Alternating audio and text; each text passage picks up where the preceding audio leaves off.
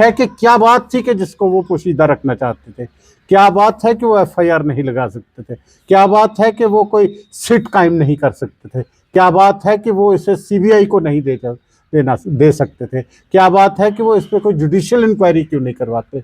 उन्होंने क्यों एक नायब तहसीलदार को वो दे दी, उसकी तफ्तीश दे दी, और फिर डीआईजी पुलिस जो जम्मू कठुआ के इंचार्ज हैं उनको कहा कि वो भी इसकी, और फिर जो वक्त उन्होंने मुकर्रर किया उनकी रिपोर्ट क्या आई अभी तक? कुछ भी नहीं। और वो देंगे नहीं, कुछ करेंगे नहीं वो। और अगर रिपोर्ट देंगे, अगर कंट्रेरी साबित हो गया तो उनकी रिपोर्टों का क्या होगा, फिर उनके साथ क्या कानूनी सलूक होगा, वो चीज भी देखें। सेकेंडरी स्कूल जो कि सुजवा रोड जम्मू में स्थित है, अब इसमें 2025 और 26 की बैचेस की एडमिशन शुरू हो चुकी है। अगर फैसिलिटी की बात करें तो यहाँ पे आपको medical, non medical, art stream, hostel for boys and girls, dedicated faculty, nominal fee structure, fee concession for siblings and single girl child. और अगर इंफ्रास्ट्रक्चर की अगर बात करें तो smart classrooms, computer labs, 24/7 CCTV surveillance, spacious playground और hall, library facility, अच्छा infrastructure और ट्रांसपोर्ट फैसिलिटी के साथ साथ हिंदी, उर्दू, दीनिया टीचिंग भी यहाँ पे अवेलेबल है। तो अगर आप लोग भी अपने बच्चों की एडमिशन यहाँ पे कराना चाहते हैं तो दिए गए नंबर पर संपर्क कीजिए। Myself, Asiya Shabir Wande, Principal BN Higher Secondary School, Sujwan, Jammu. This school was established 22 years ago under the chairmanship of Engineer Abdul Ghani Kohli. Good morning to all of you. My name is Azimul Haq and I am the student of this school from class 12th from art stream and also I am the president of the school. मैं यहाँ पर primary से education जो है वो लेता आ रहा हूँ। Hello, myself Ulfat Jahan. I study in class 10th A. I have been studying here from nursery class. I gain a lot of knowledge here because all the teachers are very cooperative, efficient and dedicated here. We have well furnished labs for practical and auditorium hall for cultural functions. और new coming session में हमने hostel facilities भी अब बच्चों के लिए 6 से लेकर 12 तक हम गर्ल्स एंड बॉयज़ के लिए हॉस्टल फैसिलिटीज़ जो है वो भी हम अवेलेबल कर रहे हैं। मैं ज़रूर चाहूँगी कि आप स्कूल में ज़रूर विज़िट करें। न्यू कमिंग जो हमारा एडमिशन का जो सेशन आएगा, आप ज़रूर आएँ। हर बच्चे का राइट है एजुकेशन लेना और वो एजुकेशन का right BN higher secondary school आपको प्रोवाइड करेगा। At BN School, we offer quality education with a reasonable fee structure, making it affordable even for a weaker section. आज हम डिस्ट्रिक्ट कठुआ में हैं और डिस्ट्रिक्ट कठुआ में आज डिस्ट्रिक्ट जो हमारे डिस्ट्रिक्ट कठुआ की कोर्ट है वहाँ पे एक कंप्लेंट जो है फाइल की गई है, जो कि जो मक्खनदीन सुसाइड मामला है उसको लेकर के हुई है। हमारे साथ खास बातचीत में मौजूद हैं एडवोकेट अनवर चौधरी साहब, इनसे बात करेंगे। अनवर साहब, कैसे देखते हैं इस पूरे मामले को? अब कोर्ट का दरवाज़ा जो है वो खटखटाना पड़ा है मक्खनदीन की फैमिली को, कैसे देखते हैं, क्या राय रखते हैं इस पर आप अपनी? मैं यही कहूँगा इस पर कि पुलिस ने जिस तरह से कार्रवाई करनी चाहिए थी नहीं की, तो मजबूरन मक्खनदीन की फैमिली को, उनके वालिद को कोर्ट का दरवाज़ा खटखटाना पड़ा। और आज अदालत ने एक्शन टेकन रिपोर्ट, यानी अब तक क्या कार्रवाई की गई है, जो इन्होंने दरख्वास्त एसएसपी साहब को और एसएचओ कंसर्न को दी थी, और एक मैंने और एडवोकेट शकील साहब ने भी दरख्वास्त दी थी एसएचओ को और एसएसपी साहब को।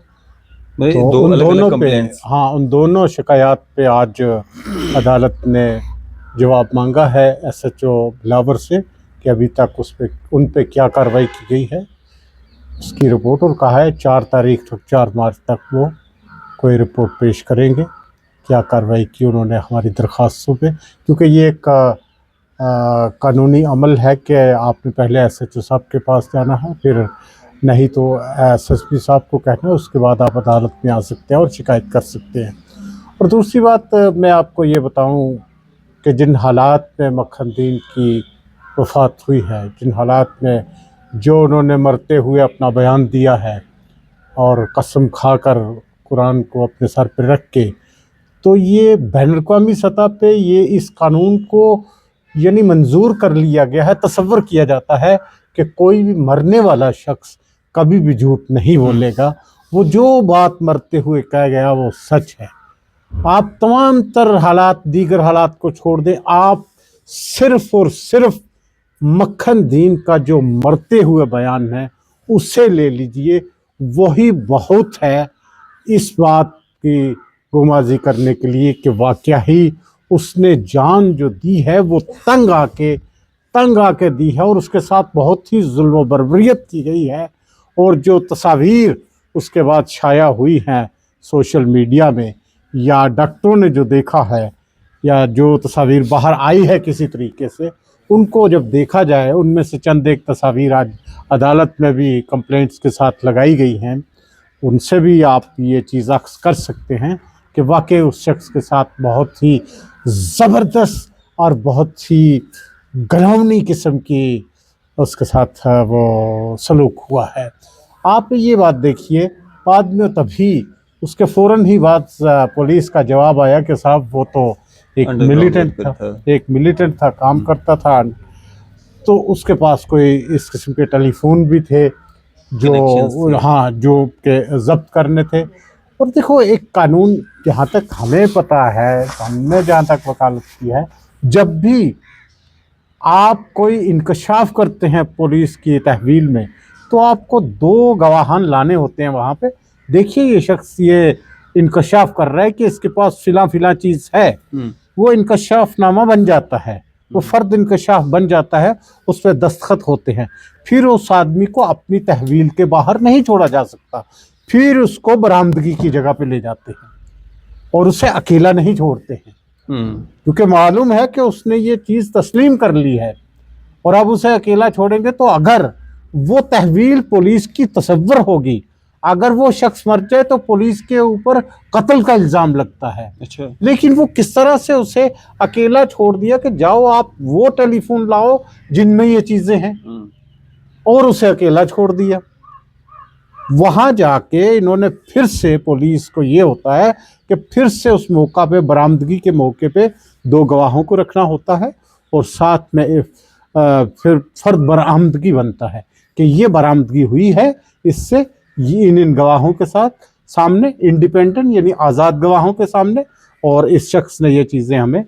आप कैसे एक शख्स को छोड़ते हैं, जाओ जी अपने खिलाफ सबूत लाओ जाके, और वो शख्स जाके हकीकत बोलता है, मस्जिद में जाके कुरान शरीफ सर पे उठा के कहता है कि मुझे बहुत ही तकलीफ़ दी गई है, अब मैं मज़ीद तकलीफ़ सह नहीं सकता, और अगर मैं वापस गया तो दोबारा से मुझे उन्हीं तकलीफ़ात से, उसी तशद्दुद से गुज़रना पड़ेगा, और मैं बच पाऊँ या ना बच पाऊँ, और मेरे घर वाले, उनके साथ किस कदर, मेरे बाप के साथ मेरे सामने किस किस्म का तशद्दुद किया गया है, उन सारी चीज़ों को वो सह नहीं सका, और तंग आकर उसने ये अवाम को बता दिया, एक वीडियो रिलीज़ करके अवाम को बता दिया कि मेरे साथ ये हुआ है।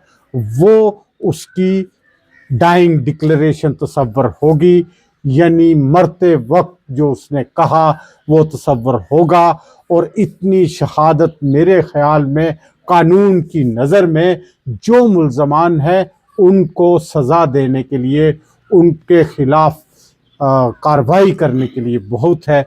इसी चीज़ को लेकर हम यहाँ आए हैं, और हमने, आप ये पूछेंगे कि हमने 2 शिकायत क्यों की। बिल्कुल। जब मैं और शकील साहब ने शिकायत एक दायर कर दी थी SHO को भी और SSP को भी, आपको मालूम होगा कि जब उसका गोया जनाजा था उस शख्स का, तो उस तरफ लोगों को जाने ही नहीं दिया। यहाँ तक कि हम भी कुछ लोग जाना चाहते थे, लेकिन नहीं जाने दिया। हमें ये पता चला कि एडमिनिस्ट्रेशन ने, इंतज़ामिया ने इस किस्म की पाबंदियाँ आयद कर दी हैं, पुलिस ने इस किस्म की पाबंदियाँ आयद कर दी हैं कि लोगों को रास्ते से, उनके मलबूसात से, उनकी दाढ़ियाँ देख के, उनके खद्दो खाल से देख करके बसों से, गाड़ियों से उतारा जा रहा है, और उस तरफ नहीं जाने दिया जा रहा है जहाँ उस शख्स का, मक्खन दीन का जनाजा था।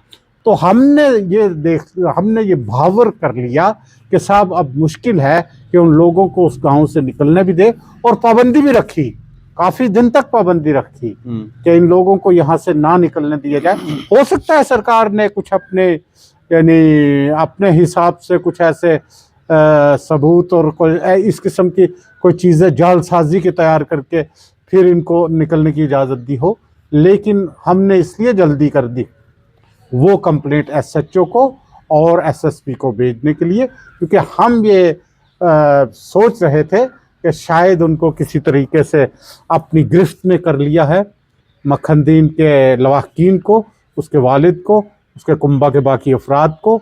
इसलिए ये चीज़ जो है इस तरह दबनी नहीं चाहिए, ये चीज़ सामने आनी चाहिए। अगर कोई कत्ल हुआ है वो छुपना नहीं चाहिए, वो अवाम के सामने आना चाहिए, वो सरकार के सामने आना चाहिए। इसलिए हमने वो कंप्लेंट पहले की थी और आज वो दोनों कंप्लेंट्स, दोनों शिकायत, दोनों दरख्वास्तें इकट्ठी करके उन पर इकट्ठे बहस हुई। आपू सिंह जी हमारी जो वकील हैं, उन्होंने वहाँ पे बहस की और जज साहब ने यह हुक्म दिया है कि 4 मार्च से पहले या 4 मार्च तक वो एक्शन टेकन रिपोर्ट पेश करे एसएचओ बिलावर। एक्शन टेकन रिपोर्ट का मतलब है कि अब तक उन्होंने हमारी दरख्वास्तों पे क्या कार्रवाई की है, वो तफसील पेश की जाए। अनवर साहब, एक एफआईआर के लिए इतना बड़ा मामला, एक शख्स की जान चली गई, चाहे पुलिस का या एडमिनिस्ट्रेशन का जो भी वर्जन रहा हो कि वो अंडरग्राउंड वर्कर ही था, फिर भी एफआईआर अगर छोटे छोटे मामला पे लगती है तो उस पर भी लगनी चाहिए थी। यही चीज़ है, कुछ तो राजदारी की चीज़ है ना, जिससे पोशीदा रखना चाहती है पुलिस, इसीलिए तो ये मामला इतना सामने आ रहा है। इस कदर हमें भी बड़ी तशवीश है कि क्या बात थी कि जिसको वो पोशीदा रखना चाहते थे, क्या बात है कि वो एफआईआर नहीं लगा सकते थे, क्या बात है कि वो कोई सिट कायम नहीं कर सकते थे, क्या बात है कि वो इसे सीबीआई को नहीं दे सकते थे, क्या बात है कि वो इस पर कोई जुडिशियल इंक्वायरी क्यों नहीं करवाते। उन्होंने क्यों एक नायब तहसीलदार को वो दे दी, उसकी तफ्तीश दे दी, और फिर डीआईजी पुलिस जो जम्मू कठुआ के इंचार्ज हैं उनको कहा कि वो भी इसकी, और फिर जो वक्त उन्होंने मुकर्रर किया उनकी रिपोर्ट क्या आई अभी तक? कुछ भी नहीं, और वो देंगे नहीं, कुछ करेंगे नहीं वो। और अगर रिपोर्ट देंगे, अगर कंट्रेरी साबित हो गया तो उनकी रिपोर्टों का क्या होगा, फिर उनके साथ क्या कानूनी सलूक होगा, वो चीज़ भी देखेंगे। एफआईआर क्यों नहीं लगी इस मामले पे? यही बात है ना, यही तो हम पूछना चाहते हैं। छोटे छोटे मामलों पे एफआईआर लग जाती है। वही मैं कह रहा हूँ कि इतना बड़ा मामला हो गया, एक शख्स की जान चलेगी, आप अगर सही है कि वो और ग्राउंड वर्कर भी है, फिर भी तो एफआईआर लगनी चाहिए। एफआईआर तो लगनी चाहिए, जांच होनी चाहिए थी। हाँ जी, वो उसने ये तस्लीम किया, इनके खिलाफ ये सबूत पाए गए हैं, वो मिलिटेंट था। या तो कोई ना कोई बताएंगे तो सही ना कि उसने क्यों जनाब ये इस तरह से अपने आप को मारा है, क्यों खुदकुशी की है, किन हालात से मजबूर होकर खुदकुशी की है, और उससे क्या सबूत आपने अक्स किए हैं। ये सारी चीजें तो आनी चाहिए सामने, इसीलिए तो ये कंप्लेंट्स। बिल्कुल, चलें, शुक्रिया हमारे से बातचीत। बहुत बहुत शुक्रिया आपका। तो एडवोकेट अनवर चौधरी साहब हमारे से बातचीत कर रहे थे। आपकी क्या राय है, साझा कीजिएगा। इसी तरह की मजीद अपडेट्स के लिए आप देखते रहें न्यूज़ शहर इंडिया।